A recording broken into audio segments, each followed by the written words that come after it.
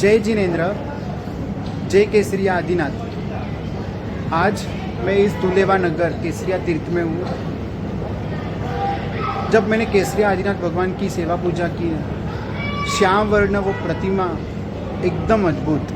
और जब मैं उनकी सेवा पूजा कर रहा था ना, तब मुझे मेरे भाई नीलेश भाई की बहुत याद आई, क्योंकि वो परम भक्त है केसरिया आदिनाथ भगवान के। वो प्रतिमा का इतिहास ऐसा है कि वो प्रतिमा कोई साधारण प्रतिमा नहीं है। देवों द्वारा पूजित देवलोक में से आई हुई वो प्रतिमा है। आज से कई लाखों 11 लाख ईयर्स पहले की बात है, जब रावण जी ने सीता मैया को उठाकर जब वो श्रीलंका लेके गए थे, तब सीता मैया को उन्होंने अशोक वाटिका में रखा था।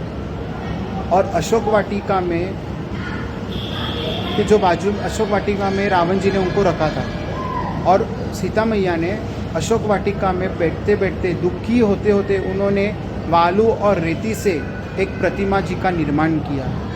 और वो प्रतिमा यानी ही केसरिया आदिनाथ भगवान जो यहाँ पर विराजमान है। उस प्रतिमा की वो अहभाव से सेवा पूजा करते थे सीता मैया, और उनकी सेवा पूजा अहोभाव देकर रावण जी ने भी उनकी पूजा सेवा चालू की। और उनकी सेवा पूजा करते करते राम जी को भी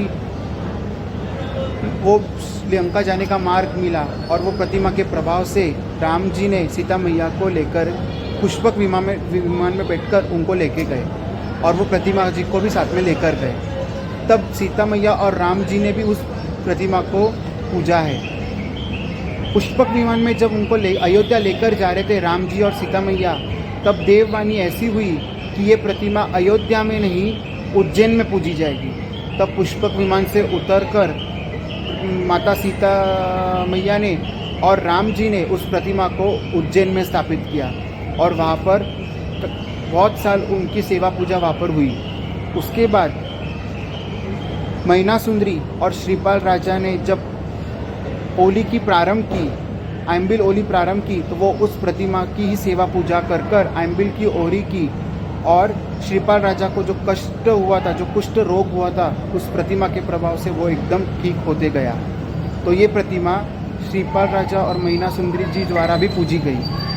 काल के साथ वो प्रतिमा देवों ने पाताल लोक के मार्ग से राजस्थान के गांव में लेके गए, और उस राजस्थान के गांव के वड़ के झाड़ के नीचे उस प्रतिमा जी को विराजमान किया, और वहाँ पर आज भी चरण पगले हैं।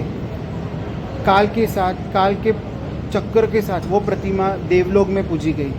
उसके बाद वो प्रतिमा वापस नीचे ज़मीन में आई, मनुष्य लोक में आई, और उसके बाद वो प्रतिमा अनेक राजा, अनेक देवों द्वारा पूजी गई। उसके बाद वो प्रतिमा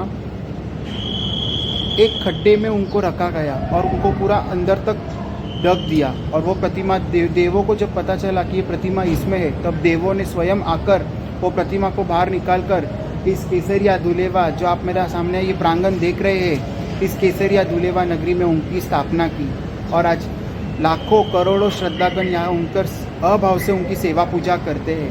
हम कितने लकी है कि जिस प्रतिमा को सीता मैया, राम जी, रावण जी, मैना जी, श्रीपाल जी, अनेक देवों, अनेक राजाओं द्वारा पूजी गई, उस प्रतिमा को स्पर्श करने का हमको मौका मिला।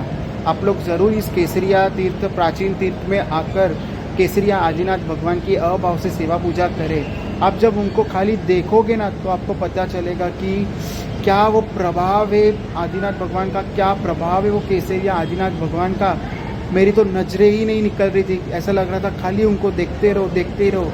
आँखों में पानी, और प्रभु का श्याम वर्णीय प्रभु केसरिया आदिनाथ भगवान पे वो पक्षाल, यहाँ पर आँखों में पानी, और वहाँ पर प्रभु का पक्षाल। अब एकदम अद्भुत वो क्षण, मैं आपको बता नहीं सकता कि वो क्षण क्या था। ज़रूर आप लोग भी केसरिया आदिनाथ भगवान के सेवा पूजा दर्शन करने आए और इसका लाभ लें। जिन आज्ञा विरुद्ध कुछ भी बोला रहेगा तो मिच्छामि दुक्कडम। प्रणाम। जय केसरिया आदिनाथ।